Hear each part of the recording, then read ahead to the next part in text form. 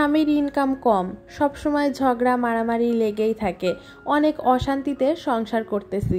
আমার মতো মেয়ে বলেই আজকে তোর সংসারটা করলাম। আমার কাছে মনে হয় 100% মধ্যবিত্ত মানুষের মধ্যে প্রায় 50% মানুষই হচ্ছে এই কথাগুলোর সম্মুখীন হয়। মধ্যবিত্ত সংসারে অনেক সময়ই দেখা যায় যে ছোটোখাটো জিনিস নিয়ে অনেকটা বড় ঝামেলা সৃষ্টি হয়। ভিডিওর প্রথমেই আমি যে কথাগুলো বললাম সে কথাগুলো আসলে আমার না, আমাদের পাশের বাসার একটা ভাবির। কালকে ভাবি আর ভাইয়ার বেশ অনেকটা গ্যাঞ্জাম লেগেছিল, আর সেটা এক পর্যায়ে মারামারির দিকে চলে যায়। আর আমরাও আর কি আশেপাশে যারা ছিলাম সবাই কিন্তু তাদের বাসায় ভিড় জমিয়েছিলাম যে তাদের মারামারি ঠেকানোর জন্য। পরে কিন্তু তাদের দুইজনকে বুঝিয়ে রেখে এসেছি যে সংসারে টুকিটাকি ঝগড়া হবেই, তাই বলে যে এভাবে মারামারি করতে হবে, লোক জড়ো করতে হবে এমন কিছু না। সবার সংসারেই কিন্তু টুকিটাকি ঝামেলা থাকে, একটু টাকা পয়সার সমস্যা হোক আর যাই হোক, বেশিরভাগ সময়ই আমার মনে হয় এই টাকা পয়সার সমস্যাটাই অনেক বড় সমস্যা হয়ে দাঁড়ায়। অনেক সময় আমরা আমাদের নিজের শখ আহ্লাদগুলো পূরণ করতে পারি না, সেই সময়টাতেই আর কি স্বামীর উপরে বেশি চিল্লাচিল্লি করি।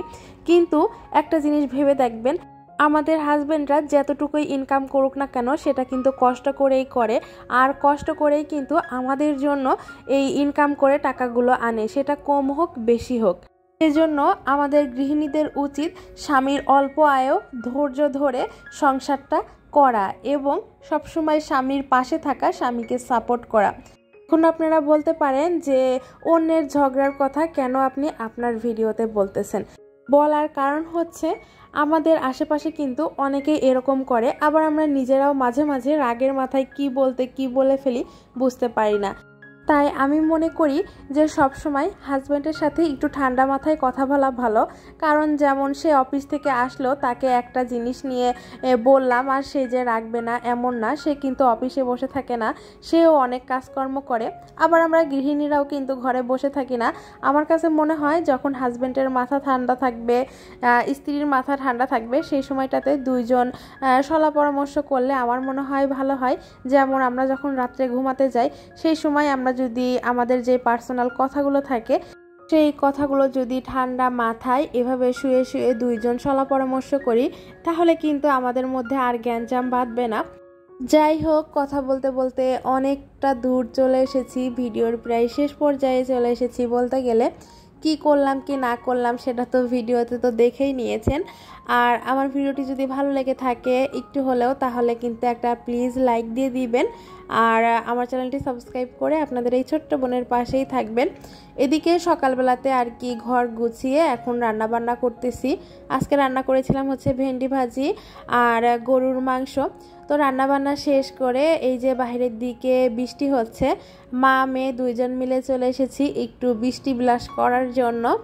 আর এই বৃষ্টি বিলাস করে কিন্তু দুইজন আর কি ঘরে গিয়ে তারপরে গোসল করে নিয়েছি। আর গোসল করে এই যে খাবার নিয়ে বসে গিয়েছি খাবার খাওয়ার জন্য। গতকাল রাতের করলা ভাজি ছিল, শাক ভাজি ছিল, আর আজকে হচ্ছে ভেন্ডি ভাজি আর গরুর মাংস রান্না করেছি। এটা দিয়েই হচ্ছে আমরা আজকে দুপুরের খাবার খাবো, মেয়েকেও খাইয়ে দিয়েছি। যাই হোক, আমার আজকের ভিডিওর কথাগুলো আপনাদের কাছে কার কাছে কেমন লেগেছে জানি না, কিন্তু আমার কাছে যা মনে হয়েছে সেটাই বলেছি। স্বামীর ইনকাম কম হলে কিন্তু অবশ্যই আমাদের স্ত্রীদের উচিত একটু ধৈর্য ধরে সংসার করা, একটু কষ্ট করে সংসার করা। অনেক সময় দেখা যায় কি যে ধৈর্য ধরে সংসার করতে করতে আমরা সুখের মুখ দেখি, আর সুখ কিন্তু খুব তাড়াতাড়ি আসে না, দুঃখের পরেই কিন্তু সুখ আসে। আমার কথাগুলো যদি আপনাদের কাছে খারাপ লেগে থাকে তাহলে প্লিজ ক্ষমা সুন্দর দৃষ্টিতে দেখবেন। আজকের মতো তাহলে দুপুরের খাবার খেতে খেতে বিদায় নিয়ে নিচ্ছি। সেই পর্যন্ত সবাই ভালো থাকবেন, সুস্থ থাকবেন। আবারও দেখা হবে পরবর্তী ভিডিওতে। আল্লাহ হাফেজ, আসসালামু আলাইকুম।